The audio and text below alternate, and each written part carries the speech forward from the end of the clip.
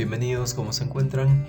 Similar al video anterior que desarrollé justamente el método de Lagrange por dos partes, una parte 1 y una parte 2, en este video vamos a desarrollar el siguiente tema: balances de masa en MS Excel metalúrgico o simplemente en Microsoft Excel. Bueno, de igual manera, este video se divide en dos: una parte 1, que es la parte teórica, hablamos justamente de qué es un balance de masa, en los circuitos que hacemos un balance de masa, cuál es la información de ingreso y demás. Y en el siguiente video, que viene a ser la parte 2, vamos a hacer una parte de cálculos. Es decir, vamos a determinar ese balance de masa, ya sea en un circuito directo, circuito inverso o simplemente alrededor de un hidrociclón, ¿ok? Pero vamos a ver justamente cuál es la data de ingreso y cuál es la data que nosotros calculamos mediante el balance de masa. Así es que vamos a comenzar con el video. Bueno, comentar también que en la parte 2 sí conlleva una parte práctica y una parte de cálculos. Consecuentemente también la plantilla la van a poder descargarla. Se debe estar adjuntando dicha plantilla en la descripción del video. Así es que bueno, vamos a empezar. Bueno, como es la parte 1, vemos justamente la teoría. Acá tenemos el punto 1, teoría de balances de masa. Vamos a ver justamente la importancia de un balance de masa, o si no, ya nos adentramos al tema de las fórmulas o las expresiones a aplicar, que es el punto número 2.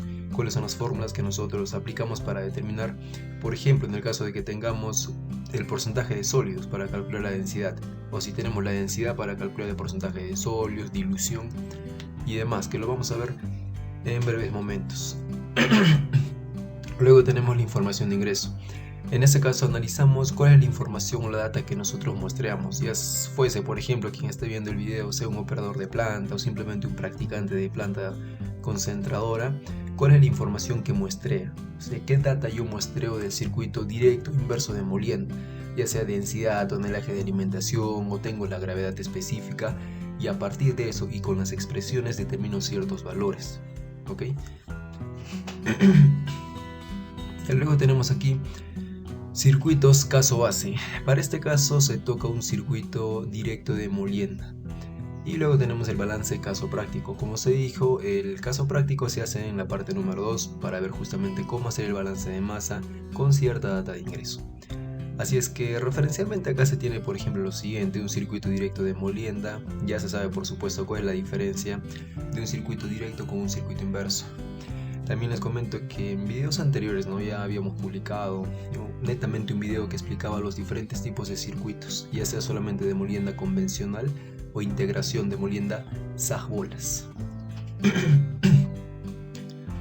A ver, bueno, los circuitos, como se puede ver acá, se puede hacer un balance de masa en este circuito con cierta data de ingreso.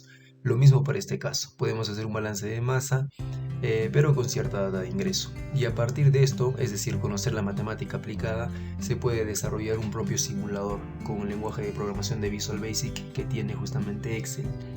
Pero como les dije justamente en videos anteriores, siempre se debe conocer la matemática detrás de un cálculo para desarrollar tu simulador, ¿ok? Así es que vamos a comenzar con la parte teórica. Ya bueno, acá tenemos lo siguiente. Tenemos un balance de materiales en el circuito de molienda y clasificación, es decir, en un circuito directo o circuito inverso de molienda. Y acá tenemos justamente dichas expresiones, como les dije, o dichas fórmulas a utilizar. Y acá tenemos justamente qué es lo que significa en ese caso, cada variable o cada valor que vemos en esta fórmula, ¿ok? Y vamos a ver lo siguiente. A ver, disculpen. Ya, aquí tenemos la densidad de pulpa. Esta densidad de pulpa tiene unidad de gramos por centímetro cúbico o toneladas por metro cúbico. Yo puedo determinar la densidad de pulpa mediante esta expresión, donde en dicha expresión me dice que este X representa el porcentaje de sólidos en peso, y esto representa la gravedad específica del sólido en gramos por centímetro cúbico o toneladas por metro cúbico. Es decir, ¿qué significa esto? Teniendo yo mi circuito directo o mi circuito inverso, si yo muestreo y tengo mi porcentaje de sólidos, por ejemplo, en la fracción de gruesos o la fracción de finos de un hidrociclón, a partir de eso puedo determinar mi densidad de pulpa en cada corriente. Pero obvio, como dije, con la data muestreada que viene a ser mi porcentaje de sólidos y la gravedad específica del sólido, en este caso la gravedad específica del mineral que estoy tratando. Siempre y cuando esa sea la data de ingreso. Pero ¿qué pasa? Bueno, ya sea mi caso o el caso de las personas que estén viendo este video, ¿no? Si son operadores de planta, bueno, lo que yo muestreaba era la densidad de pulpa. Es decir, en diferentes puntos con mi balanza Marcy podía llegar a saber cuánto equivale mi densidad de pulpa. Consecuentemente, a partir de la densidad de pulpa, yo puedo determinar mi porcentaje de sólidos en cada corriente. Es decir, de esta expresión solamente se despeja el valor de X y con eso determinamos el porcentaje de sólidos, pero teniendo como data inicial, en este caso, la densidad de pulpa. ¿Ok? Puede ser de esa manera, yo determinar mi densidad o determinar mi porcentaje de sólidos. Depende mucho cuál es la data de ingreso que uno tenga o uno muestre.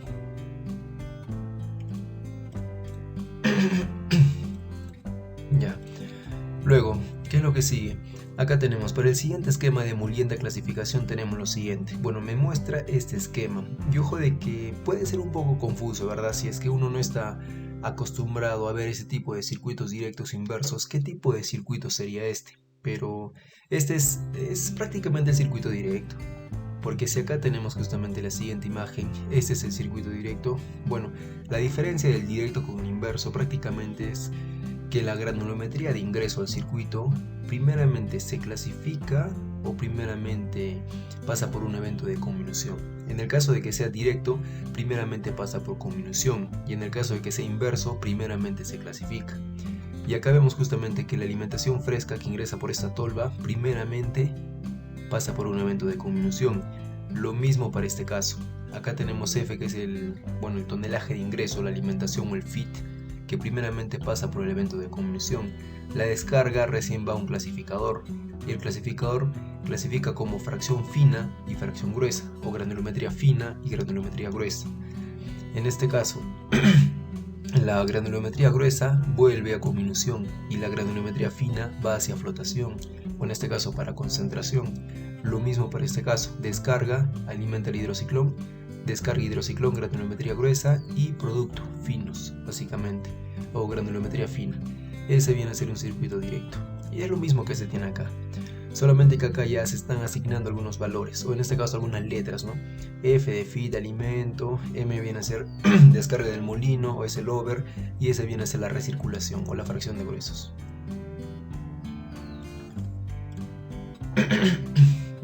Ya bueno, acá te dice cómo calculas tu RCC, en este caso que viene a ser tu razón de carga circulante, mediante una relación de S y F. Ok, en sí, ¿qué es lo que daría a conocer la carga circulante? Simplemente es el material clasificado como fracción de recirculación, o en este caso, lo que recircula al molino. Es decir, este RCC te dice de que viene a ser el S, que viene a ser la recirculación del hidrociclón, lo que vuelve a convolución, entre F, que viene a ser justamente el alimento. Pero ojo de que esta razón de carga circulante se determina en función del tonelaje sólido. Es decir, este S entre el F, que es el alimento global, pero también puede ser S entre O. ¿Por qué O? Bueno, por un principio de conservación de masa, lo que ingresa, que es este F, es igual a lo que sale, que es este O. F es igual a O y puede ser S entre F. Perfecto. Luego te dice aquí, S, ¿qué viene a ser?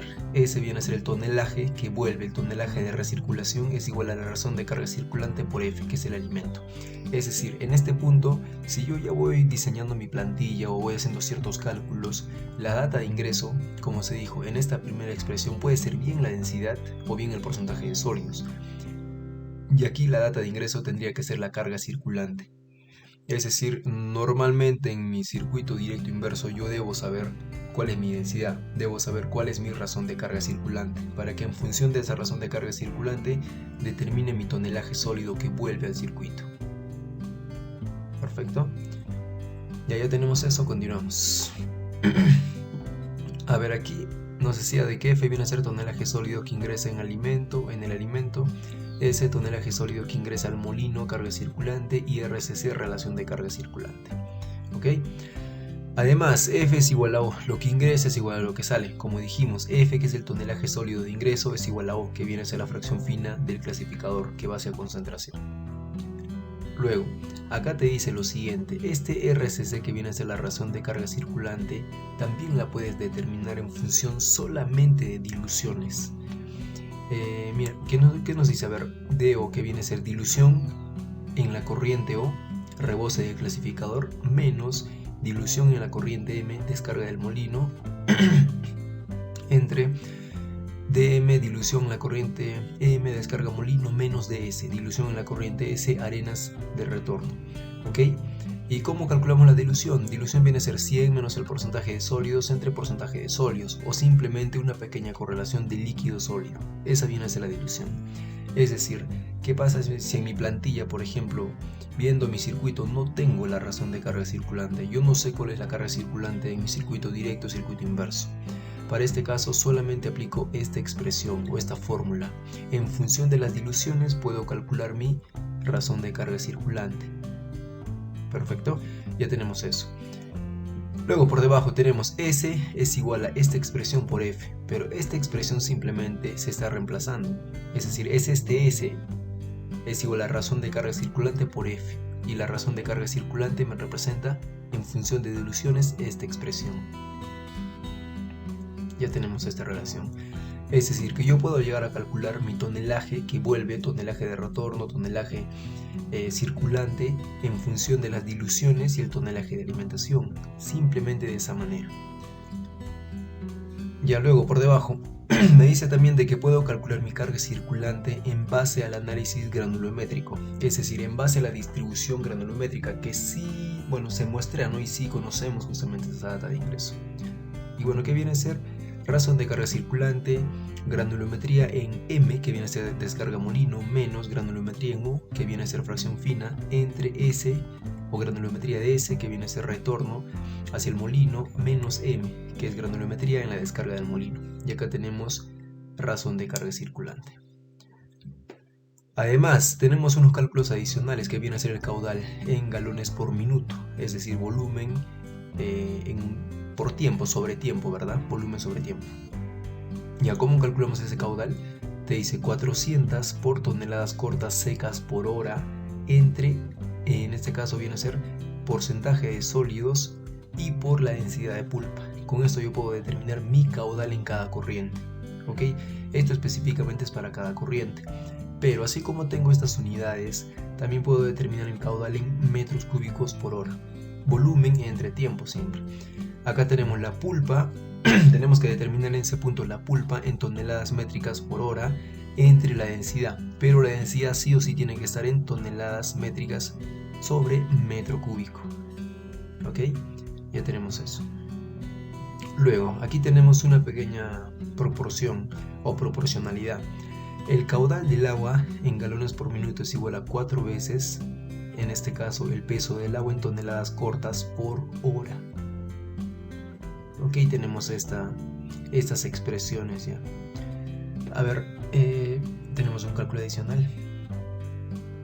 Y acá me dice el tonelaje de mineral por hora, cómo lo determinamos, y ya tenemos esta expresión. Pero bueno, solamente con estas expresiones que se vio hasta el momento, con estas fórmulas, podemos llegar a determinar el balance de masa. Y eso lo vamos a hacer en el video de la parte 2. Vamos a ver cuál es la data de ingreso que voy a tener y cómo voy a determinar mi balance de masa. ¿Ok? Como dije en el siguiente video, en la parte 2, pero bueno, voy a ver si tocar un circuito directo, un circuito inverso o simplemente un hidrociclón. Es decir, que se muestre bueno, tendríamos que analizarlo, ¿no? O podría ser sin un circuito directo, ¿ok? Para que sea un poco más extenso y en la leyenda netamente o de manera puntual poner 6 valores, 4 valores, eso ya lo vamos a ver. Así es que eso sería todo por este video, donde quería mostrarle justamente este cálculo en cuanto a la parte teórica de un balance de masa. Y bueno, como les estaba diciendo en videos anteriores, estoy planteando justamente hacer una serie de videos también que incluyan la generación de simuladores mediante programación de Visual Basic, y podría hacerse justamente este cálculo, ¿no?, de balance de masa, porque ya realicé justamente varios simuladores de balances de masa y bueno, sí han tenido buena pegada o buena acogida. Así es que eso lo vamos a ver más adelante. Ok, eso sería todo. Chao, chao, que estén bien.